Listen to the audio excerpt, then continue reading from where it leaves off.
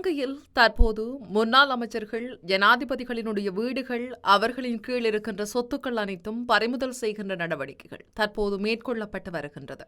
அந்த அடிப்படையில் முன்னைய அரசாங்கத்தில் அமைச்சர்கள் பயன்படுத்திய ஆடம்பர வீட்டு தொகுதிகளுக்கு கண்காணிப்பு விஜயம் ஒன்றை பொதுமக்கள் பாதுகாப்பு அமைச்சர் ஆனந்த விஜயபாலவினால் கடந்த காலங்களில் மேற்கொள்ளப்பட்டிருந்தது. கொழும்பு 7 பிரதேசத்தில் முன்னாள் அமைச்சர்கள் குடியிருந்த ஏராளமான ஆடம்பர வீட்டு தொகுதிகள் தற்போதைக்கு கைவிடப்பட்ட நிலையில் காணப்படுகின்றது. இந்த நிலையில் குறித்த வீட்டு தொகுதிகள் அமைந்துள்ள பிரதேசங்களுக்கு சிறப்பு கண்காணிப்பு பயணம் ஒன்றை அவர் மேற்கொண்டிருந்தார்.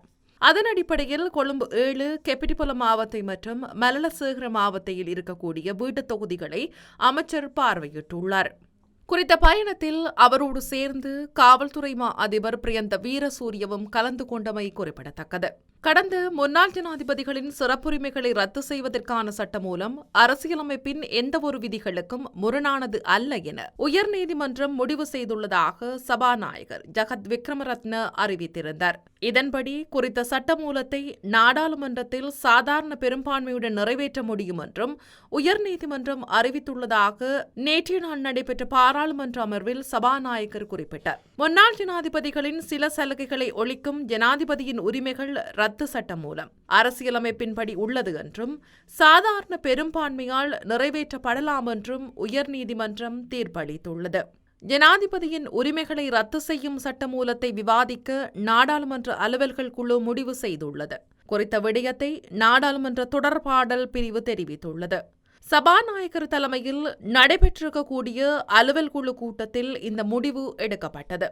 ஜனாதிபதிகளின் உரிமைகள் ரத்து தொடர்பான சட்டம் மூலம் நாடாளுமன்றத்தில் 151 வாக்குகள் ஆதரவுடன் நிறைவேற்றப்பட்டதை அடுத்து இந்த முடிவு எடுக்கப்பட்டுள்ளதாக தெரிவிக்கப்பட்டுள்ளது. சட்டமூலத்திற்கு ஒரே ஒரு எதிர்ப்பு வாக்கு மட்டுமே பதிவானது.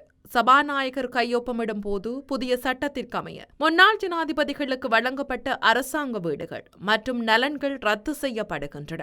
ஜனாதிபதியின் வரப்பிரசாதங்களை ரத்து செய்தல் சட்டம் மூலம் 150 மேலதிக வாக்குகளால் நாடாளுமன்றத்தில் சற்று முன்னர் நிறைவேற்றப்பட்டது. குறித்த சட்டமூலத்தின் 2வது வாசிப்பு மீதான வாக்கெடுப்பு இடம்பெற்றிருந்தது. பிரேரணைக்கு ஆதரவாக 151 நாடாளுமன்ற உறுப்பினர்களும் எதிராக ஒரு நாடாளுமன்ற உறுப்பினரும் வாக்களித்திருந்தனர். ஜனாதிபதியின் உரிமைகள் ரத்து செய்தல் சட்டமூலத்தை எதிர்த்து வாக்களித்த ஒரே எதிர்க்கட்சி நாடாளுமன்ற உறுப்பினர் சாமர சம்பத் தசநாயக்க ஆவார். இதன்படி ஜனாதிபதியின் வரப்பிரசாதங்களை ரத்து செய்தல் சட்டம் மூலம் 150 மேலதிக வாக்குகளால் நிறைவேற்றப்பட்டமை குறிப்பிடத்தக்கது. இலங்கையில் ஓய்வு பெற்ற ஜனாதிபதிகளின் பாதுகாப்பு நிறைவேறிய சட்டமூலம் தொடர்பாக அரசின் நிலைப்பாடு என்னவாக இருக்கும் என்பது கேள்வியாக இருக்கின்றது.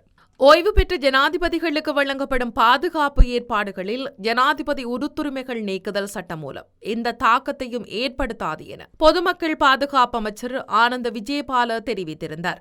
நாடாளுமன்றத்தில் உரையாற்றிய போது பொதுமக்கள் பாதுகாப்பு அமைச்சர் இதை குறிப்பிட்டிருக்கின்றார். நாடாளுமன்றத்தில் தொடர்ந்து உரையாற்றியிருக்கக்கூடிய அமைச்சர் முன்னாள் ஜனாதிபதிகளுக்கான பாதுகாப்பு தனித்தனியாக நிர்வகிக்கப்படுகின்றது என்றும் அது மாற்றமின்றி உள்ளது. தங்கள் பாதுகாப்பு குறித்து கவலை கொண்ட எந்த ஒரு நபரும் பாதுகாப்பு இடர்குழுவிடம் கோரிக்கையை சமர்ப்பிக்கலாம். இந்த குழு மதிப்பீடு செய்து தேவையான பாதுகாப்பை வழங்குவதற்கு பொறுப்பாக உள்ளது என பொதுமக்கள் பாதுகாப்பு அமைச்சர் ஆனந்த விஜயபால தெரிவித்திருந்தார். முன்னாள் ஜனாதிபதி மஹிந்த ராஜபக்ஷவிற்கு 111 பணியாளர்கள் நியமிக்கப்பட்டுள்ளனர். அத்துடன் கோட்டாபய ராஜபக்ஷவிற்கு 60க்கும் மேற்பட்ட பணியாளர்கள் வழங்கப்பட்டதாக அவர் மேலும் குறிப்பிட்டிருந்தார். உரித்துரிமைகள் சட்டத்தின் கீழ் ஓய்வு பெற்ற ஜனாதிபதிகள் மற்றும் மறைந்த ஜனாதிபதிகளின் மனைவிமாருக்குமான சலுகைக்காக அரசாங்கம் 2024ஆம் ஆண்டில் 98.5 மில்லியனை செலவிட்டதாகவும் பொதுமக்கள் பாதுகாப்பு அமைச்சர் ஆனந்த விஜயபால தெரிவித்திருந்தார். அவ்வாறு இலங்கையில் பல அமைச்சர்கள் அரசு சொத்துக்களை தவறாக பயன்படுத்தியிருக்கிறார்கள். ஹேமா பிரேமதாச 2.687 மில்லியன் ரூபாவும், சந்திரிகா குமாரதுங்க 16.43 மில்லியன் ரூபாவும், மஹிந்த ராஜபக்ஷ 54.62 மில்லியன் இலங்கையின் பெறுமதியாகவும், மைத்ரிபால சிறிசேன 15.77 மில்லியன் ரூபாவும், கோட்டாபய ராஜபக்ஷ 12.28 மில்லியனும், ரணில் விக்ரமசிங்க 3.49 மில்லியன் ரூபாவாகவும் தகவல்கள் வெளியாகியிருக்கின்றது. இவ்வாறு முன்னாள் ஜனாதிபதிகளின் சலுகைகளை குறைப்பதன் மூலம் இலங்கை அரசாங்கம் அதிகப்படியான பணத்தினை சேமிப்பதற்கான வாய்ப்புகள் அதிகம் காணப்படுகின்றது. பெரும்பான்மை வாக்குகளால் நிறைவேற்றப்பட்ட முன்னாள் ஜனாதிபதிகளின் உரிமைகள் நீக்குதல் சட்டமூலம் இலங்கையில் பொது செலவீனங்களை நிர்வகிப்பதில் ஒரு முக்கியமான மைல்கல்லை குறிக்கின்றது. இந்த சட்டமூலம் முன்னாள் ஜனாதிபதிகள் அனுபவிக்கும் விலையுயர்ந்த சலுகைகளை மட்டுப்படுத்தும் என்று எதிர்பார்க்கப்படுகின்றது.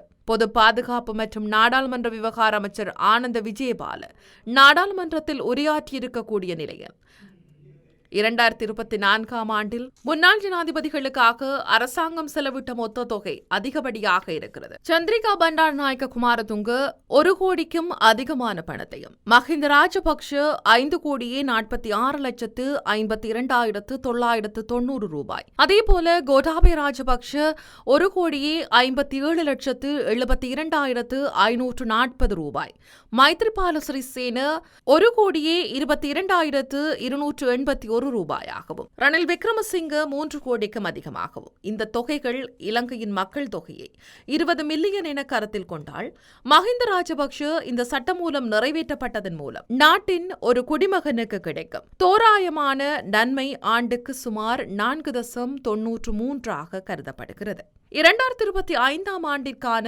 இலங்கை அரசாங்கத்தின் மொத்த எதிர்பார்க்கப்படுகின்ற செலவாக 7,190 பில்லியன் ஆகும். 2024ஆம் ஆண்டில் முன்னாள் ஜனாதிபதிகளுக்காக செலவிடப்பட்ட தொகை 98.548 மில்லியன் ஆகவும், இந்த தொகை பாதீட்டின் செலவினத்தில் அதிகப்படியான செலவுகளை காட்டி நிற்கின்றது. இந்த தொகை ஒரு சிறிய தொகையாக தோன்றினாலும் ஒட்டுமொத்த பொது செலவினங்களை கட்டுப்படுத்துவதற்கான ஒரு முக்கியமான படியாக இது கருதப்படலாம். இந்த அடிப்படையில் முன்னாள் ஜனாதிபதி மஹிந்த ராஜபக்ஷ தற்போது வசித்து வரும் கொழும்பில் உள்ள விஜயராம வீதியில் உள்ள உத்தியோகபூர்வ இல்லத்தை குற்றப்புலனாய்வு துறையிடம் ஒப்படைத்து குறித்த அரசாங்கம் பரிசீலித்து வந்ததை தொடர்ந்து முன்னாள் ஜனாதிபதிகளின் உரிமைகளை நீக்குவதற்கான புதிய சட்டமூலம் சமீபத்தில் நாடாளுமன்றத்தில் சமர்ப்பிக்கப்பட்டு இப்போது நிறைவேற்றப்பட்டிருக்கின்றது. இந்த வீட்டை குற்றப்புலனாய்வு துறையிடம் புதிய வசதிகளுடன் கூடிய பணியிடமாக ஒப்படைக்க அரசாங்கம் திட்டமிட்டுள்ளதாக தெரிவிக்கப்படுகிறது. இந்த சட்டமூலம் நிறைவேற்றப்பட்டவுடன் முன்னாள் ஜனாதிபதிகளின் ஓய்வூதியங்களை தவிர அதிகாரப்பூர்வ குடியிருப்புகள் உட்பட மற்ற அனைத்து வசதிகளும் ரத்து செய்யப்படும். முன்னாள் ஜனாதிபதிகளின் உரிமைகள் நீக்கும் புதிய சட்டமூலம் தொடர்பான உச்சநீதிமன்றத்தின் தீர்ப்பையும் இன்று அல்லது நாளை சபாநாயகரிடம் ஒப்படைக்க திட்டமிடப்பட்டுள்ளது. மஹிந்த ராஜபக்ஷ தற்போது வசித்து வரும் விஜயராம மாவட்டத்தில் உள்ள உத்தியோகபூர்வ இல்லத்தில் முன்னாள் ஜனாதிபதி மைத்ரிபால சிறிசேன வசித்து வந்தார். அதற்கு முன்னர் பல அமைச்சர்கள் அங்கு வசித்து வந்தமை குறிப்பிடத்தக்கது. இந்த சட்டமூலத்தின் அரசு சொத்துக்கள் அதிகாரப்பூர்வ பயன்பாட்டிற்காக மீண்டும் ஒப்படைக்கப்படும். கடந்த காலங்களில் விஜயராம வீடு பெரிய பொது செலவிற்குரியதாக விவாதிக்கப்பட்டது. இந்த வீடு மாதத்திற்கு 4.6 மில்லியன் ரூபாவிற்கு மேல் வாடகைக்கு விடக்கூடியது என ஜனாதிபதி அனுரகுமார திசாநாயக்க ஏற்கனவே கூறியிருந்தார். இந்த நிலையில் தங்காலையில் உள்ள அவரது இல்லத்திற்கு சென்று மாலை மஹிந்த ராஜபக்ஷ செல்ல உள்ளதாகவும் அறிய முடிகிறது. தங்காலையில் முன்னாள் ஜனாதிபதியை வரவேற்கும் விழா ஒன்றையும் ஸ்ரீலங்கா பொதுஜன பெரமுன ஏற்பாடு செய்துள்ளதாக தெரிவிக்கப்படுகிறது.